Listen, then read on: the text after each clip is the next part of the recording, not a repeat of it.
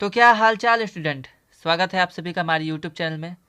तो स्टूडेंट, गणित, विज्ञान, हिंदी, इंग्लिश, चित्रकला के बाद आज हम आपके लिए लेके आए हैं सामाजिक विज्ञान का क्वेश्चन पेपर। ये हमारे पास 2025 प्री बोर्ड का क्वेश्चन पेपर है, जो हमारे पास 2026 में जो एग्ज़ाम होने वाला है उसके पेपर पैटर्न पे बनाया गया क्वेश्चन पेपर है।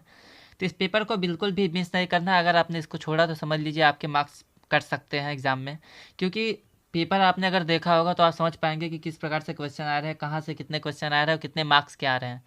तो ये बिल्कुल भी इम्पॉर्टेंट क्वेश्चन है, तो इसको बिल्कुल भी स्किप नहीं करना है आपको, क्योंकि इसमें आपके हो सकता है कि 70 आउट ऑफ 70 आ सके। क्योंकि जो हमारे पास सामाजिक विज्ञान का क्वेश्चन है वो लगभग लगभग हर बार एक ही जैसा आता है, बस पेपर पैटर्न थोड़ा चेंज होता रहता है। तो ये हमारे पास 2026 के पेपर पैटर्न पे बनाया गया है। तो चलिए स्टार्ट करते हैं स्टूडेंट। तो स्टूडेंट, यहाँ पे हमारे पास एग्जाम में आपके पास 2026 लिखा हुआ आएगा सामाजिक विज्ञान। ये हमारे पास सिर्फ क्वेश्चन पेपर है, मतलब कि आंसर इसमें नहीं है, तो क्वेश्चन पेपर ही है। तो यहाँ पे आपके पास मॉडल पेपर होता है, पेपर का नंबर होता है, यहाँ पे अनुक्रमांक रोल नंबर होगा, ठीक है। इसमें आपके पास कुछ कुल टोटल मिलाकर 3 घंटे 15 मिनट होते हैं आपके क्वेश्चन पेपर के लिए, ठीक है। और पूर्णांक टोटल 70 नंबर का हमारे पास पेपर होता है। क्लास 10th का ये हमारे पास समाज विज्ञान का पेपर है। तो कुछ निर्देश इसमें होते हैं, जैसे कि सभी क्वेश्चन करने अनिवार्य है, सभी प्रश्न अनिवार्य है। इसमें 2 खंड होंगे, खंड अ, खंड ब। अब वाले में आपको बहुविकल्पी प्रश्न होंगे, 20 क्वेश्चन होंगे 1-1 नंबर के, ठीक है, जिसको आपको एमआर पे भरना है। और आपको याद रखना है कि नीला या फिर काला, यही 2 पेन आपको यूज़ करना है। जेल पेन बिल्कुल भी यूज़ नहीं करना है। गोले को जो है कायदे से अच्छे तरीके से भरना है, क्योंकि ओएमआर आपका मशीन से चेक होता है, तो उसके लिए कोई भी उसमें मिस्टेक नहीं होनी चाहिए। आगे इसमें क्या लिखा है कि ओएमआर पे आपको कोई भी काटना नहीं है, इरेजर वाइटनर का यूज़ नहीं करना है। और जितने भी क्वेश्चन होंगे उसके सामने उसके जो अंक होंगे, नंबर जो होंगे वो आपको दिखे रहेंगे, लिखे रहेंगे, ठीक है। और उसके बाद बोला है जो खंड ब होगा उसमें आपको 50 नंबर के वर्णात्मक मतलब कि क्वेश्चन आंसर देने होंगे, लिख के देने होंगे, टिक नहीं मारना है, एमआर पे नहीं भरना है उसको। उसमें भी आपके पास 3 कैटेगरी होगी, पहले में वर्णात्मक 1, वर्णात्मक 2, तो हमारे पास तीसरा मानचित्र वाला, मतलब कि आपको मैप पे दिखाना होगा, ठीक है। अब ब वाले का भी जितने भी क्वेश्चन होंगे सभी के उत्तर आपको एक साथ ही देने हैं, ठीक है। तो यहाँ पे लास्ट में बोला गया है कि शुरू से अंत तक आपको प्रश्न करते जाना है, जो नहीं आ रहा है उस पर समय बर्बाद नहीं करना है बिल्कुल भी। और आगे बोला गया है कि दिए गए मानचित्र को, जो भी आपको मानचित्र मिलेगा एग्जाम में, आपको उसको उत्तर पुस्तिका के साथ जोड़ना है, संलग्न मतलब उसके साथ ही जमा करना है, ठीक है। आगे बोला है दृष्टिबाधित परीक्षार्थी, मतलब कि जिनको आंखों में प्रॉब्लम है, उसके लिए यहाँ पे 9A और 9B करके अलग से क्वेश्चन दिए गए हैं जिसको लिखना है, ठीक है। तो ये हमारे पास क्वेश्चन पेपर है, यही चीज़ें यहाँ पे इंग्लिश में भी लिखा गया है। तो आपके एग्जाम में भी ऐसा आएगा कि हर क्वेश्चन और हर जो हमारे पास इंस्ट्रक्शन होंगे, निर्देश होंगे, वो हिंदी इंग्लिश दोनों में, तो वो हमारे पास यहाँ पे दिया गया है। चलिए बढ़ते हैं अब क्वेश्चन की तरफ। तो स्टूडेंट, खंड अ में क्या होता है, आपके पास बहुविकल्पीय प्रश्न होंगे जिसमें 4 विकल्प होंगे और किसी भी एक को आपको सेलेक्ट करना है, उसको एमआर पे भर देना है ABCD करके, ठीक है। तो पहला क्वेश्चन क्या है कि फ्रांस की क्रांति कब हुई थी, 1761 में, 1775, 1789 या फिर 1793, ठीक है। दूसरा क्वेश्चन हमारे पास क्या है कि निम्नलिखित में से कौन सा आंदोलन महात्मा गांधी ने नहीं चलाया, संविधान विज्ञान आंदोलन, खिलाफत आंदोलन, असहयोग आंदोलन या फिर भारत छोड़ो आंदोलन, ठीक है। तीसरा क्वेश्चन क्या है कि हिंदी स्वराज पुस्तक के लेखक कौन है, महात्मा गांधी, सरदार पटेल, बाल गंगाधर तिलक या फिर भगत सिंह। चौथा क्वेश्चन क्या है कि हमारे पास कॉर्नलॉस किस देश से संबंधित है, जर्मनी से, फ्रांस से, संयुक्त राज्य अमेरिका या फिर ब्रिटेन से, ठीक है। पांचवा क्वेश्चन हमारे पास क्या है कि 1944 में ब्रिटेन वुड्स सम्मेलन कहाँ आयोजित किया गया था, अफ्रीका में, फ्रांस में, भारत या फिर अमेरिका में, ठीक है, ये आपको बताना है। छठा क्वेश्चन क्या है कि भारतीय संघ में अवशिष्ट शक्तियाँ किसको प्राप्त है, राज्य को, संघ को, A और B दोनों, मतलब राज्य संघ दोनों को, या फिर इनमें से कोई नहीं, ठीक है। सातवां क्वेश्चन क्या है कि लोकतांत्रिक व्यवस्था में अन्य व्यवस्था से अच्छी है क्योंकि यह, ठीक है, लोकतांत्रिक जो व्यवस्था होती है वो अन्य व्यवस्थाओं से अच्छी होती है, क्यों होती है ये आपको बताना है। ऑप्शन है हमारे पास है सभी नागरिकों में समानता को बढ़ावा देती है, B हमारे पास व्यक्ति की गरिमा को बढ़ावा देती है, C हमारे पास A B दोनों, मतलब ये भी ये दोनों की बात हो रही है, और D में हमारे पास है उपयुक्त में से कोई नहीं, तो ये आपको बताना है। चलिए देख लेते हैं आठवां क्वेश्चन। आठवां क्वेश्चन हमारे पास है निम्नलिखित में से किस व्यवस्था के लिए राजनीतिक दल आवश्यक शर्त है, ठीक है।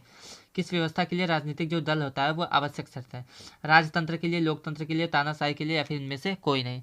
चलिए बढ़ते हैं 9वें क्वेश्चन की तरफ। तो बोला गया संविधान के अनुसार भारत की राजभाषा क्या है, हिंदी है, उर्दू है, संस्कृत है या फिर तमिल है। 10वां क्वेश्चन हमारे पास है निम्नलिखित में से कौन सा विषय संघ सूची से संबंधित है, प्रतिरक्षा, कृषि, शिक्षा या फिर वाणिज्य।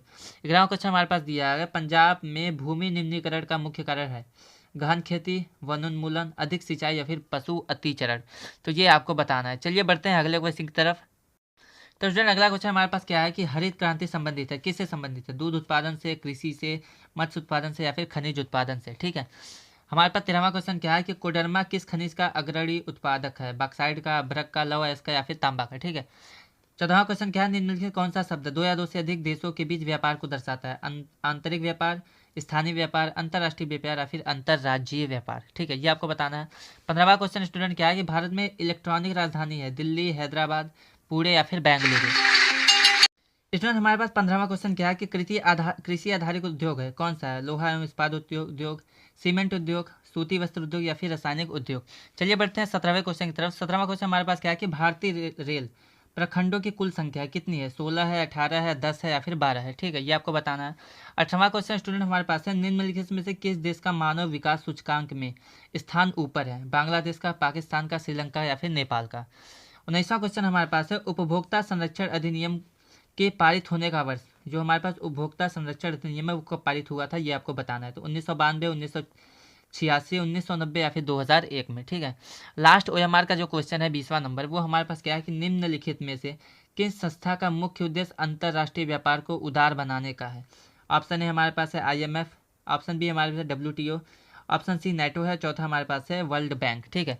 तो ये आपके पास 20 क्वेश्चन थे OMR क्वेश्चन जो आपके एग्जाम में आए हुए हैं प्री बोर्ड में, और ये हमारे पास 2026 के पेपर पैटर्न के हिसाब से बनाया गया है, तो बिल्कुल भी आपको मिस नहीं करना। यही क्वेश्चन आपके हमारे पास ये इंग्लिश में दिए हैं। ठीक है, देख लीजिए, आपको पास यहाँ पे इंग्लिश में क्वेश्चन दिए, मैं आपको दिखा देता हूँ यहाँ पे। तो यहाँ पे देखिए हमारे पास चौथा, पाँचवा, छठवां, सातवां, आठवां, नौवां, 10वां, 11वां, 12वां तो 16 तक इधर है।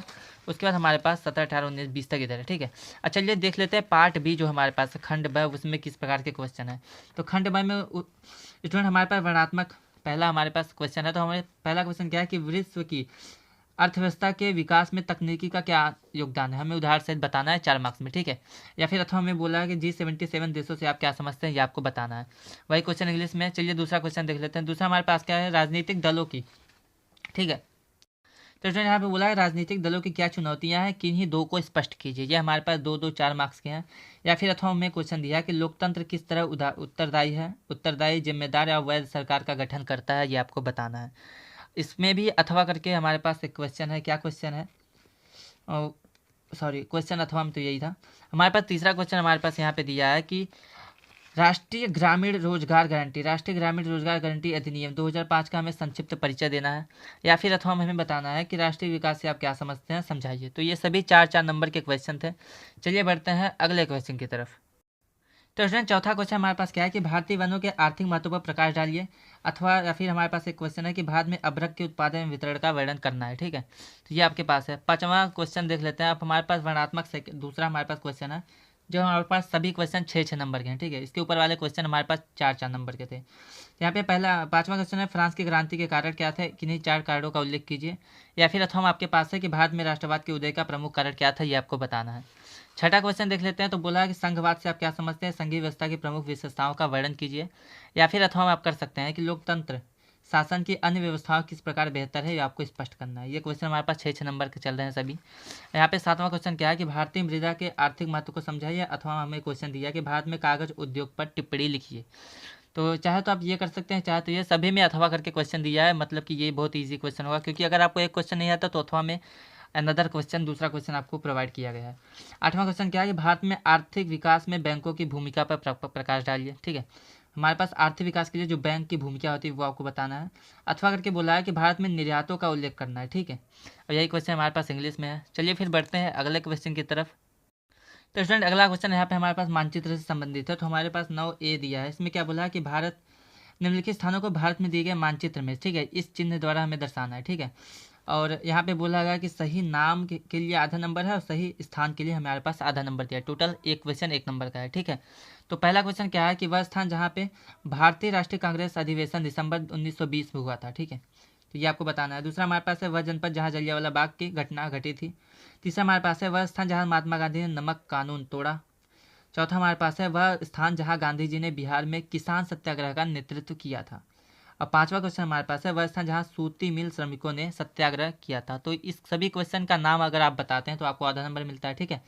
और अगर इस चिन्ह से आप उसे दिखाते हैं मैप में तो उसका भी आधा नंबर, मतलब टोटल एक क्वेश्चन 1 नंबर का हो जाता है। चलिए फिर बढ़ते हैं अगले क्वेश्चन की तरफ। तो अगला आपके पास दिया गया है कि दृष्टिबाधित छात्रों के लिए, दृष्टिबाधित मतलब जिनको प्रॉब्लम है आंखों में, उसके लिए यहाँ पे दिया गया है। तो स्टूडेंट यहाँ पे हमारे पास दिया गया है निम्नलिखित प्रश्नों में से अपनी उत्तर पुस्तिका में लिखना है, ठीक है। ये सिर्फ दृष्टिबाधित छात्रों के लिए है, मतलब जिनको प्रॉब्लम है।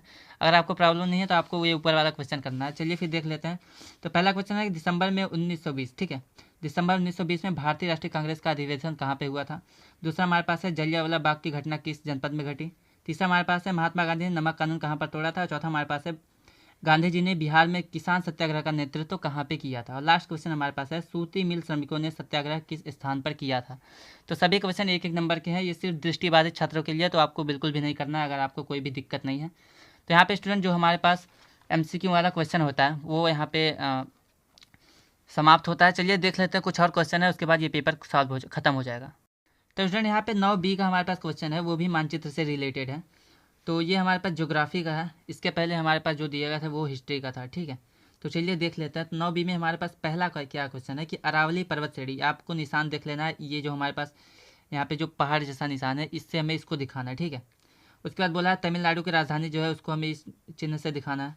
उसके बाद सीमेंट उद्योग का जो केंद्र है उसको CI से, ठीक है, सीमेंट इंडस्ट्री, इसको इस चिन्ह से दिखाना है। और चौथा हमारे पास है एक प्रमुख मैग्नीज उत्पादक क्षेत्र, ये जो निशान है इससे द्वारा आपको जो मैप मिलेगा उसमें आपको दिखाना है। तो अगर आप सही नाम चुनते हैं तो आधा नंबर, और सही हमारे पास निशान लगाते हैं सही जगह पे तो हमारे पास उसके लिए भी आधा नंबर, टोटल 1 मार्क्स मिल जाते हैं। पांचवा क्वेश्चन है कि पूर्वी तट पर एक बंदरगाह, उसको ट्रायंगल से दिखाना है। तो ये हमारे पास 5 क्वेश्चन है। और यहाँ पे भी दृष्टिबाधित छात्रों के लिए यहाँ पे दिया गया क्वेश्चन, तो इसमें भी देख लेते हैं। पहला क्वेश्चन क्या है, अरावली पर्वत किस राज्य में स्थित है। दूसरा तमिलनाडु की राजधानी नगर का नाम लिखिए। तीसरा हमारे पास है सीमेंट उद्योग के केंद्र का नाम लिखिए। चौथा हमारे पास है भारत में एक प्रमुख मैग्नीज उत्पादक क्षेत्र का नाम लिखिए। और पांचवा हमारे पास लास्ट क्वेश्चन है कि भारत के पूर्वी तट के एक बंदरगाह का नाम लिखना है। तो यहाँ पे जो हमारे पास MCQ होते हैं, सॉरी, यहाँ पे जो हमारे पास मैप वाले जो क्वेश्चन होते हैं वो यहाँ पे कंप्लीट होते हैं। हमने हिस्ट्री ज्योग्राफी और हिस्ट्री दोनों का MCQ दिखा है। दृष्टिबाधित छात्रों के लिए अलग यहाँ पे दिया गया है, और जिसको कोई भी प्रॉब्लम नहीं है उनके लिए अलग दिया गया है। तो यहाँ पे ये जो SST का क्वेश्चन पेपर होता है वो हमारे पास कंप्लीट होता है। तो अगर आपने हिंदी, इंग्लिश, गणित, विज्ञान के क्वेश्चन पेपर नहीं देखे हैं तो उसको चैनल पे जाकर जरूर से देख लीजिए, क्योंकि वे हमारे सभी क्वेश्चन पेपर नए मॉडर्न जो हमारे पास 2026 का हमारे पास पेपर पैटर्न है उस पर बनाया गया है। तो किसी भी क्वेश्चन पेपर को मिस नहीं करना है, शुरू से लास्ट तक देखना है। अगर आपको ये वीडियो पसंद आए तो वीडियो को लाइक करें, शेयर करें दोस्तों में, चैनल को सब्सक्राइब करना ना भूलें। चलिए फिर मिलते हैं अगले हेल्पफुल वीडियो के साथ, तब तक के लिए धन्यवाद।